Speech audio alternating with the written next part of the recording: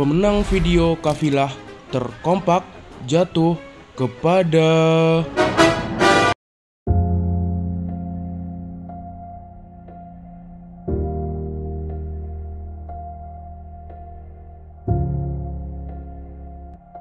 Pembangunan berkelanjutan pada ekosistem darat adalah melindungi, restorasi, dan meningkatkan pemanfaatan berkelanjutan ekosistem darat.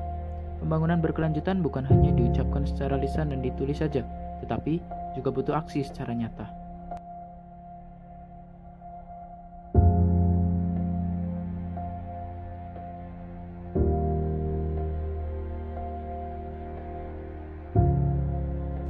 Menjaga kebersihan lingkungan merupakan tanggung jawab bersama. Untuk itu, diharapkan kepada masyarakat agar bisa berpartisipasi dalam membersihkan lingkungan, sehingga menjadi lebih bersih dan lebih indah. Melestarikan lingkungan harus dimulai dari tingkat yang terkecil, yaitu lingkungan terdekat atau lingkungan tempat tinggal. Banyak cara dalam membersihkan lingkungan, seperti menyapu halaman, membersihkan selokan, dan lain sebagainya.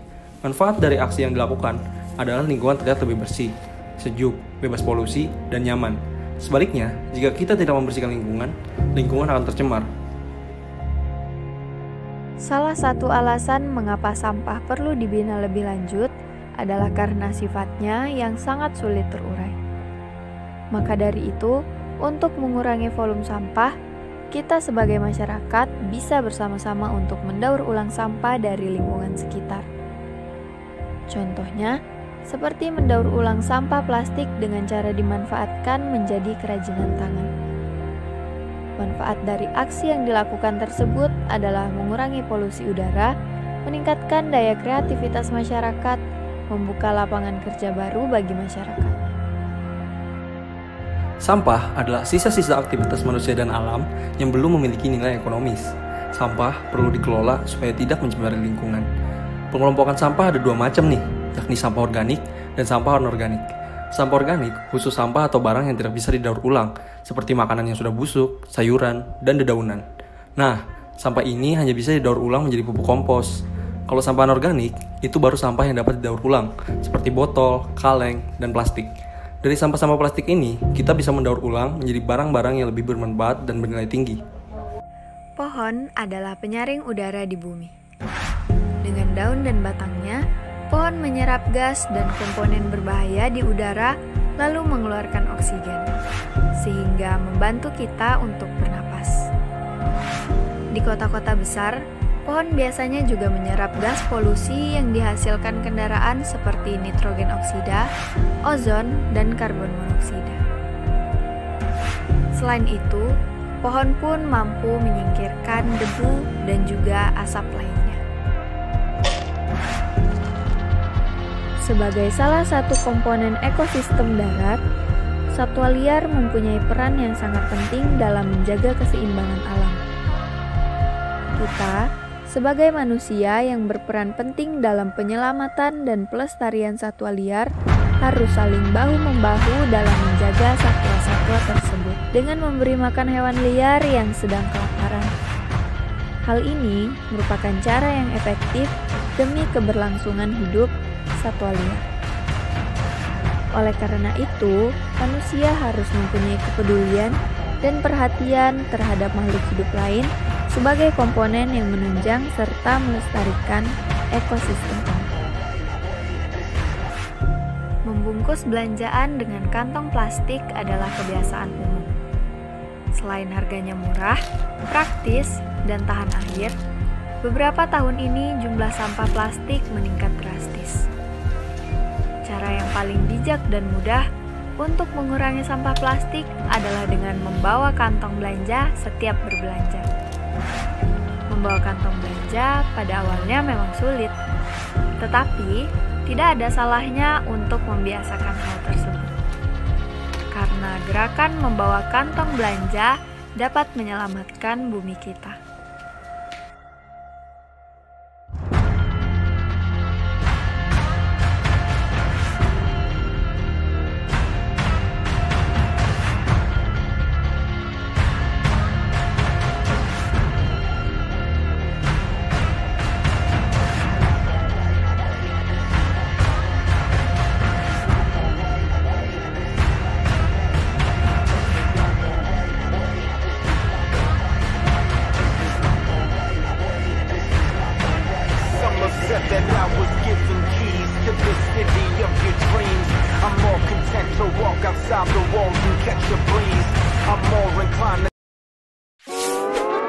Pemenang video kafilah terkreatif jatuh kepada... Halo sobat semua, apa kabar nih? Akhir-akhir ini cuaca semakin gak menentu nih sobat.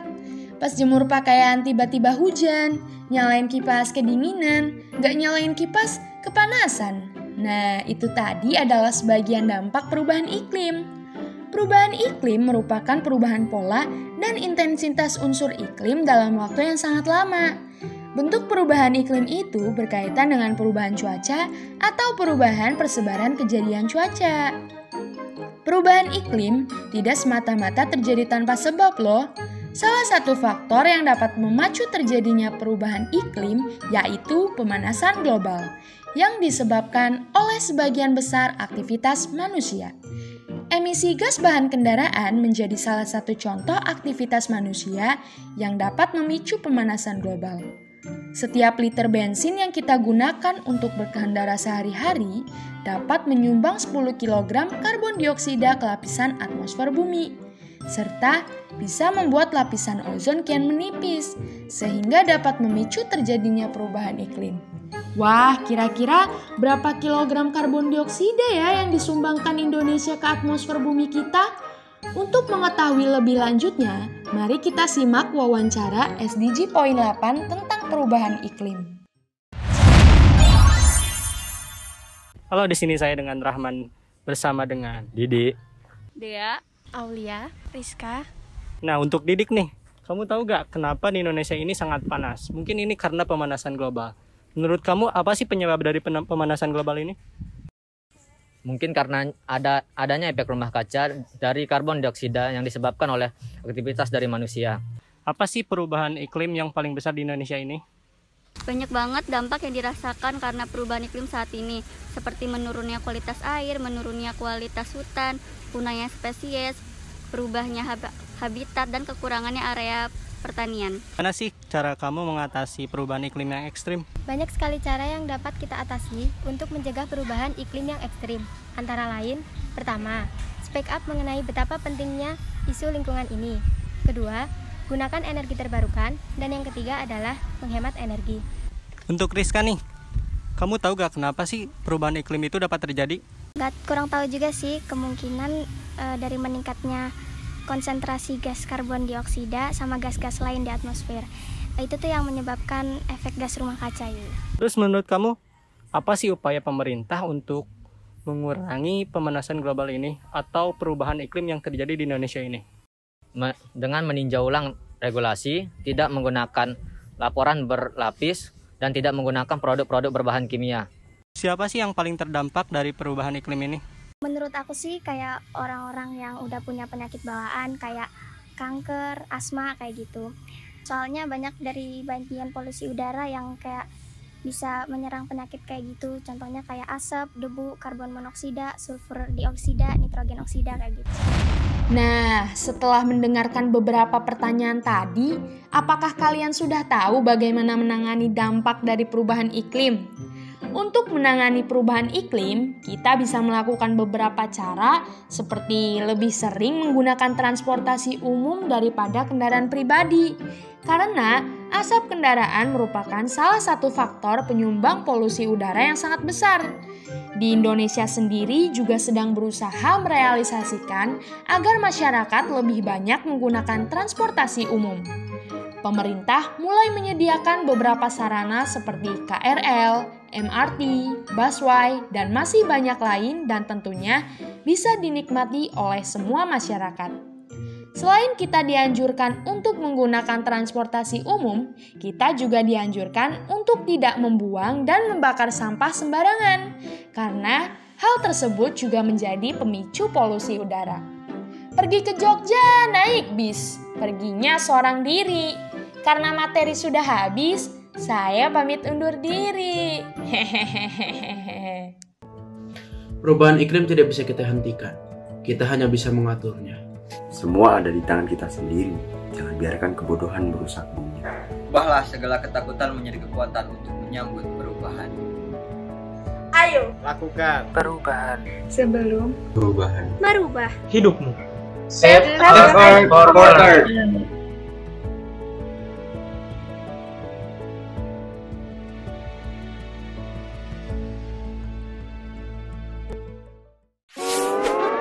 Pemenang video kafilah terbaik jatuh kepada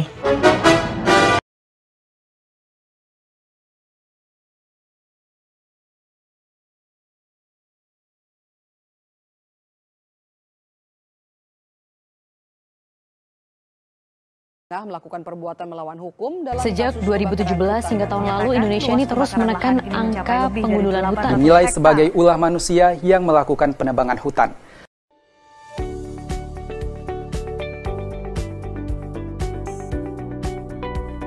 Kawasan hutan di Indonesia sekitar 120,6 juta hektar atau sekitarnya 63% luas daratan.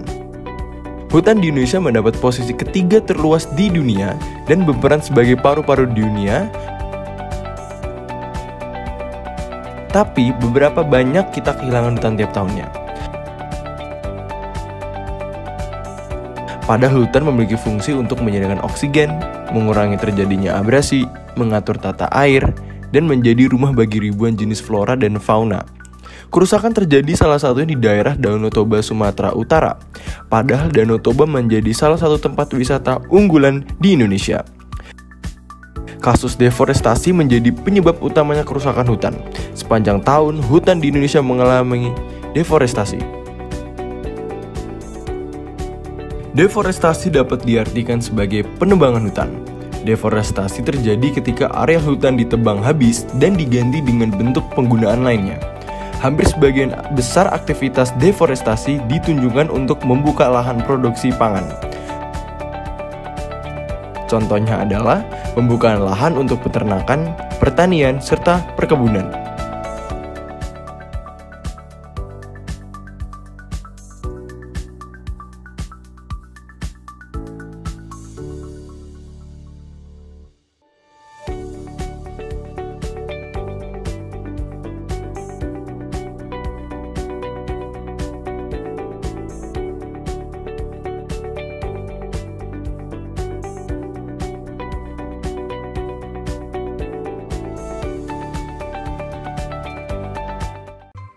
Upaya penghijauan bisa kita lakukan di lingkungan sekitar kita, seperti di halaman rumah. Lahan yang kosong bisa kita manfaatkan dengan cara penghijauan. Dengan cara menanam tanaman hias, tanaman obat, dan tanaman berkulit keras. Lahan di sekitar rumah kita, seperti di kompleks, bisa kita manfaatkan untuk reboisasi dengan cara menanam tanaman sejenis. Mengurangi polusi dengan mengurangi penggunaan motor, dengan menggunakan sepeda dapat membantu adanya reboisasi. Dengan begitu, kita dapat mengurangi polusi udara yang ada. Kita dapat menciptakan lingkungan yang sehat dengan udara yang bebas dari polusi kendaraan. Lingkungan yang kita tanam dengan tanaman hijau tentunya tidak dapat tercemar oleh limbah atau sampah, karena dapat menimbulkan pemandangan yang tidak menyenangkan. Kesadaran publik sangat dibutuhkan dalam hal ini. Jika masyarakat membuang sampah di tempat yang telah disediakan, maka dampak positifnya akan dirasakan oleh masyarakat itu sendiri. Disiplin membuang sampah pada tempatnya dapat mendukung upaya penghijauan.